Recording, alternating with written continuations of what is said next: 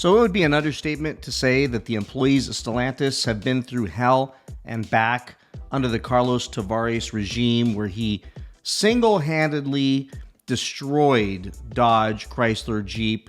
Ram seems to be okay, but then again, they did bring out the RHO, which I got another video I'm going to do on a poor guy. And I say poor guy with absolute empathy, not sympathy, but empathy for what he's going through, because he decided to give Ram a shot and bought a 1500 and went into a perpetual living hell until he traded on a Silverado. So I believe under Kuniskis, there's a chance, there's a strong chance. And with this new CEO, that maybe that chance is even better than, 80%, that they bring back that brand even stronger with the Hemis again. But nonetheless, all the destruction that took place under Carlos Tavares with all of the brands, leaving Chrysler with like a van and nothing else, that the employees are the ones who we should be listening to, who the company should be listening to, in addition to the customers. So the employees, having been put through hell and back, would, for good reason, not trust anyone in leadership that's left behind after Carlos Tavares' path of destruction he left behind. But now we've got a new CEO in Antonio Filosa, who is supposed to be the guy that's going to save the company. And I think there's a chance he could, like I shared in my last video, but forget about what I think. Let's listen to what the employees are saying on the ground, in the thick of it, dealing with the chaos and drama of all the shift and change. Are they feeling optimistic?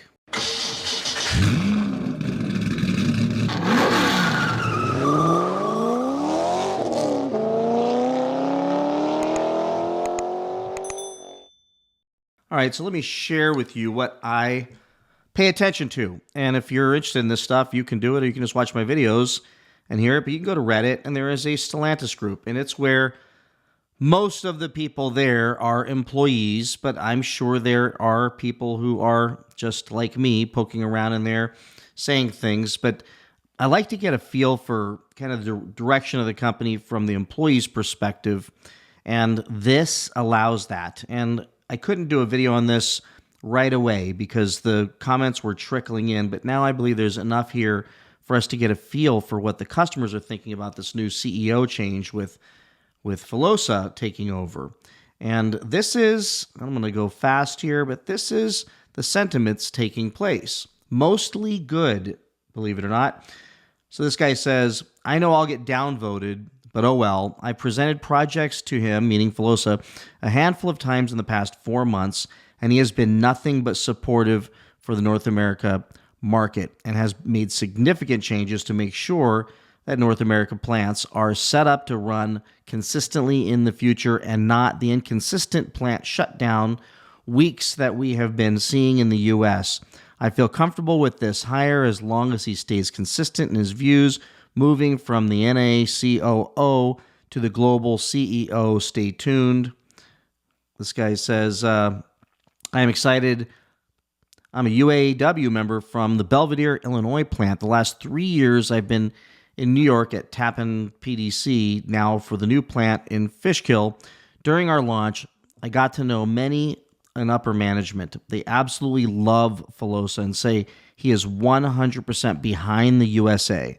Pray this is true. My kids and I are ready to return home and have our plant reopened and doing what we do best, building top quality vehicles with a promising future, and we all certainly hope that that happens. This guy says, good luck. Belvidere got screwed like they are doing to Brampton now. Good plant sacrificed because they have zero foresight into what North American consumers want to buy or can't afford. Dodge product line is a joke. Chrysler is even more of a joke. Ram is overpriced. I would agree with that. Jeep is oversaturated and overpriced. The company is doomed. So these guys are positive. Dude, not so much positive. And let's see. Here's the deal. Why would you get downvoted? It seems Filosa is by far the most popular executive in the company at the moment. That's good to hear. Tavares is such a clueless clown, so almost anyone is better. Hopefully he can find a way to make Jeep and Chrysler reliable and make decent, affordable cars people want. What a concept. Just has to be adequate to be better than Carlos Tavares, not a high bar to jump over. Nice to have someone that at least is aware North America exists and is aware it's by far the largest profit center, something very clearly and amazingly forgotten about in recent history. I hope he's a believer in preventative maintenance. Without that, Stellantis is doomed. Nobody can replace Sergio. He was a legend, good old days, rest in peace. That's Sergio Marchionne. But then others trash Sergio. So, but how about this? To be honest, this is a lot of our sentiment here, folks. To be honest, I wished for an outsider because there are a lot of changes that need to be made on the org, personal side, and process side to right the ship. I fear that someone internal might not want the change as much or might just be blind to the real issues. Time will tell. I felt the same way. I thought they need fresh eyes on this thing, but so far it looks like Filosa is pretty popular and accepted. This guy says he did really good work for the LATAM branch of the company, so he might be able to turn things around globally. Seems one of the rare cases of succeeding upwards instead of the common failing upwards we see with so many C-suite these days. He has seen firsthand the quality that engineers from around the world can output, so I'd wager offshoring, whatever that means for a global company, will keep going strong. Wish him and the company all the best moving forward. Hope it stops going after absolutely delusional goals and just make good cars. What a great idea there. If he can get them from the bottom of the barrel in reliability to even average, they will be celebrated for years to come. My friend owns a dealership and a few shops. His lots are filled with Jeeps, all down for issues that make them unsafe to drive along with other Mopars. Driving by, you'd think the one shop was a huge dealer with all the new vehicles on its lot. He has horror stories of trying to get parts, or the parts he does get failing right out of the box. If he gets them turned around and a lot of the issues fixed, then I'll be buying a new Jeep and car. We just want our Hemi Chargers back. The EVs have their place elsewhere, but there's no such thing as American muscle without a V8 engine. I think we all agree. Let's see how long this one lasts. And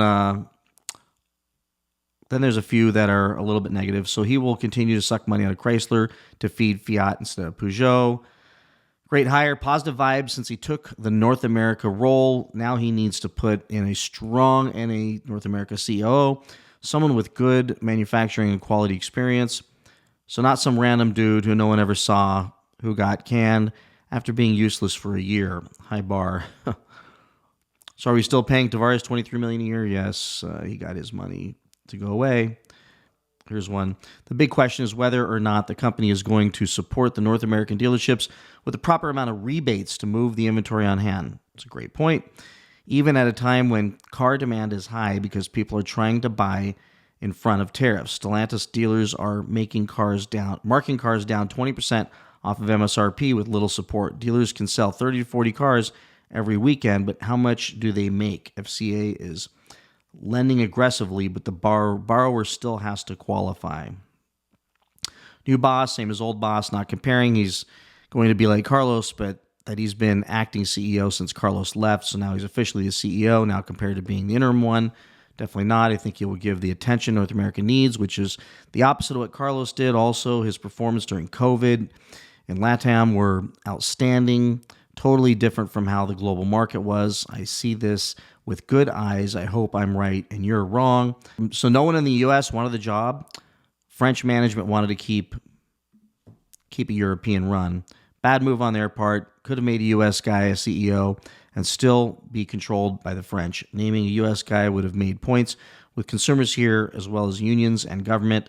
I would agree, and that was a big point a lot of us talked about on my channel, that it would have been nice, but considering they are a global company, they are a European company, I think this is the best choice they could have made to get somebody who is very familiar with North America, very familiar with the U.S., has a great track record, a solid history, and in many people's opinions was a protege of Sergio Marchionne. So that could mean something, that he knows how to turn a company around.